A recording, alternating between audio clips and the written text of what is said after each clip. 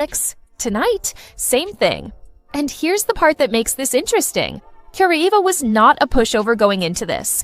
The 24-year-old Russian, ranked 130 in the world, she's been on a tear in the WTA 125 circuit.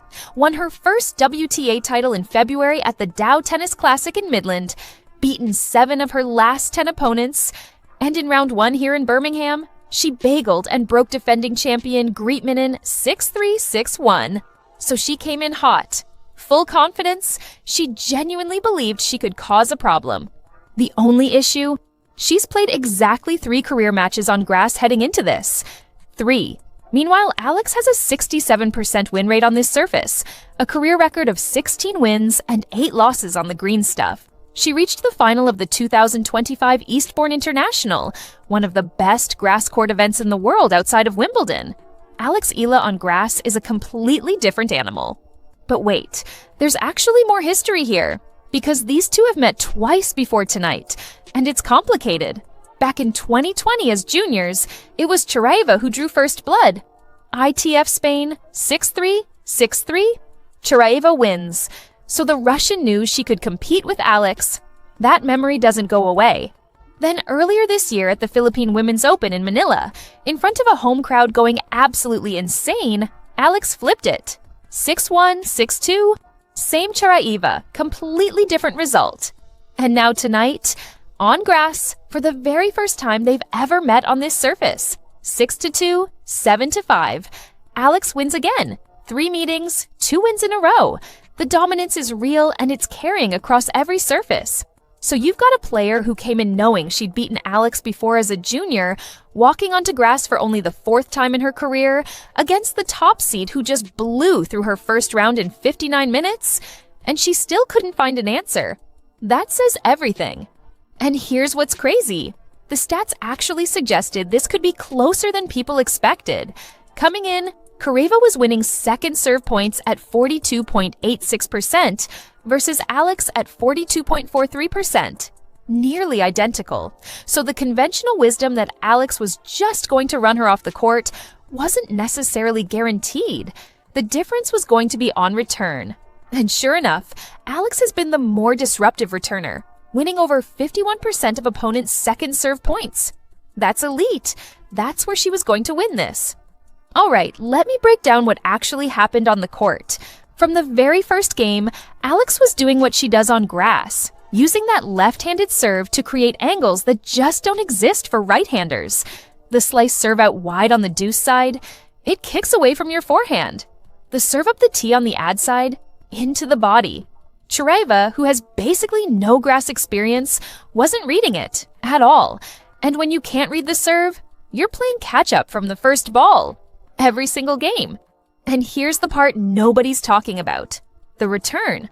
Alex has been quietly one of the best returners on tour this season. Watching her tonight, she was stepping inside the baseline and taking balls early. Charaeva would serve, and before she'd even settled back to a neutral position, Alex had already redirected the ball to the open court. By the time Charaeva started her split step, the point was half over. That's tennis IQ at a different level. The breaks came in bunches. And that's how it goes when the wheels fall off on grass. It's not gradual, it's sudden. 1 break becomes 2 becomes the set. Charaeva didn't panic, credit to her, but you could see the body language shift. The footwork got heavy, the errors started creeping in, and Alex just stayed calm, methodical, like she was solving a puzzle she'd already seen before. Because she had seen it before, in Manila. Same player, same patterns. Alex had done her homework, and it showed. Now, the bigger picture here is this. Alex Eala has never gone past the second round of a WTA grass court tournament. Never. Despite that 67% win rate on the surface. Despite reaching the Eastbourne final last year. She's been close, but there's always been a stumble somewhere. Tonight changes that. She's into the Birmingham quarterfinals, and for the first time, she gets to feel what it's like to go deep on grass at this level. That matters. That's muscle memory you can't buy. And this is all happening 3 weeks before Wimbledon. 3 weeks, she's not just warming up, she's building something. Round 1, 59 minutes, 6-0, 6-2. Round 2, win again. The grass court version of Alex Eala is different from the clay version. The left-handed serve is a weapon on this surface. The slice is a weapon. The early ball striking is a weapon. Everything fits. But wait, there's more to this story, and it just dropped today. Alex Eala is now confirmed in the main draw of the Queen's Club Championships next week. That's the HSBC Championships, a WTA 500 in London. She was previously listed as a qualifier. She's been bumped straight into the main draw. And look at the names already confirmed alongside her.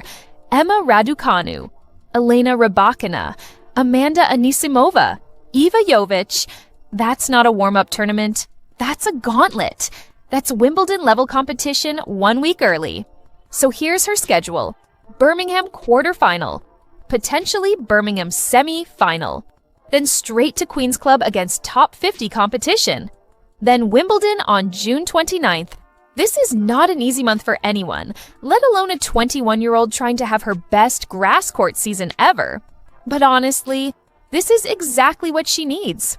The more reps against elite players on grass before Wimbledon, the better. You want to arrive at the All-England Club having already played Rybakina on this surface? That's just chess. Look, I've been saying for a while that Alex's ceiling is Wimbledon, not just as a dark horse, but as a legitimate threat to go deep. You don't build a grass resume like hers by accident.